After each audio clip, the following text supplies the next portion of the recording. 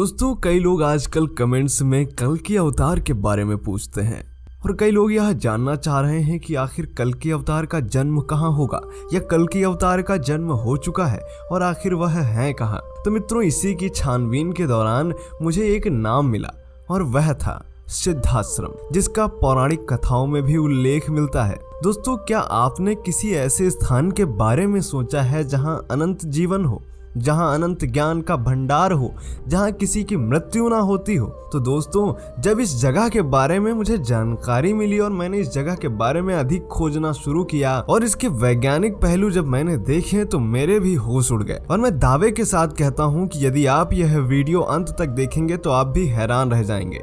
यह बात आपको शुरुआत में कल्पना ही लग सकती है, लेकिन यकीन मानिए दोस्तों, इस वीडियो को अंत तक अवश्य देखिएगा। नमस्कार, मेरा नाम है धीरेन्द्र और आप देख रहे हैं द साइंटिफिक हिंदू। दुनिया में रहस्यों की कोई कमी नहीं है।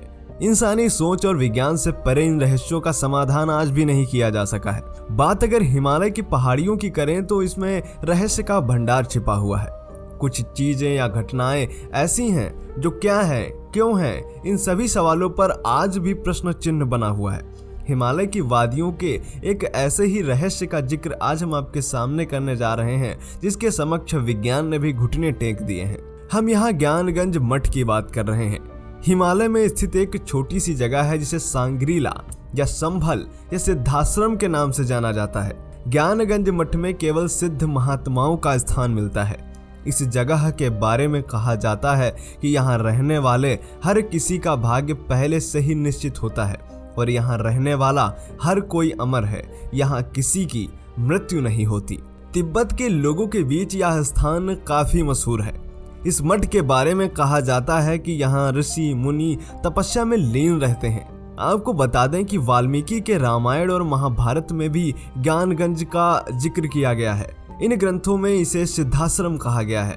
यदि हम बौद्ध धर्म की बात करें तो बुद्धिस्ट ऐसा मानते हैं कि भगवान बुद्ध ने अपने आखिरी दिनों में कालचक्र के बारे में जो ज्ञान प्राप्त किया था, उन्होंने कई लोगों को इसके बारे में भी बताया था। इनमें से एक थे राजा सुचंद्र। राजा जब ज्ञान को प्राप्त कर वापस अपने राज्य में आए, तभी से उस स्थान को शंभाला कहा जाने लगा। शंभाला का मतलब है खुशियों का स्रोत। आध्यात्मिक शक्ति के इस केंद्र में बुद्धिस्ट जाने का प्रयास करते हैं, लेकिन इसका रास्ता किसी को समझ नहीं आता। आपको जानकर हैरानी होगी कि आजकल के मैपिंग सिस्टम की मदद लेकर भी इसे ढूंढा नहीं जा सकता। यहाँ तक सैटेलाइट से भी इसे ढूंढने का प्रयास किया गया, लेकिन वह भी असफल रही। ज्ञानगंज में योगियों के अमर रहने की बात पर विज्ञान तर्क देते हुए कहता है कि एक निश्चित आयु के बाद जीव की मौत हो जाती है, लेकिन अगर बॉडी में लगातार नए सेल्स बनते रहें और किसी तरह ऑर्गन्स को लंबे समय तक स्वस्थ रखें तो इंसान भी 1000 साल से ज्यादा जी सकता है।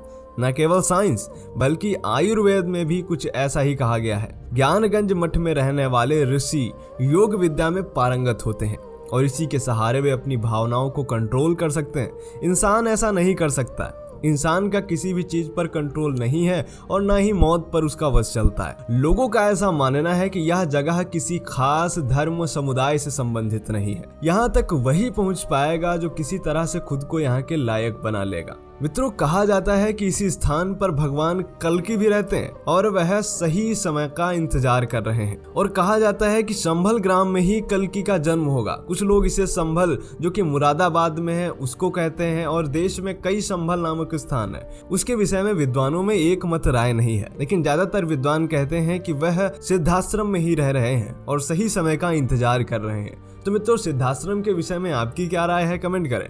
मिलते हैं आपसे अगले वीडियो में। तब तक के लिए जय हिंद, जय भारत, वंदे मातरम।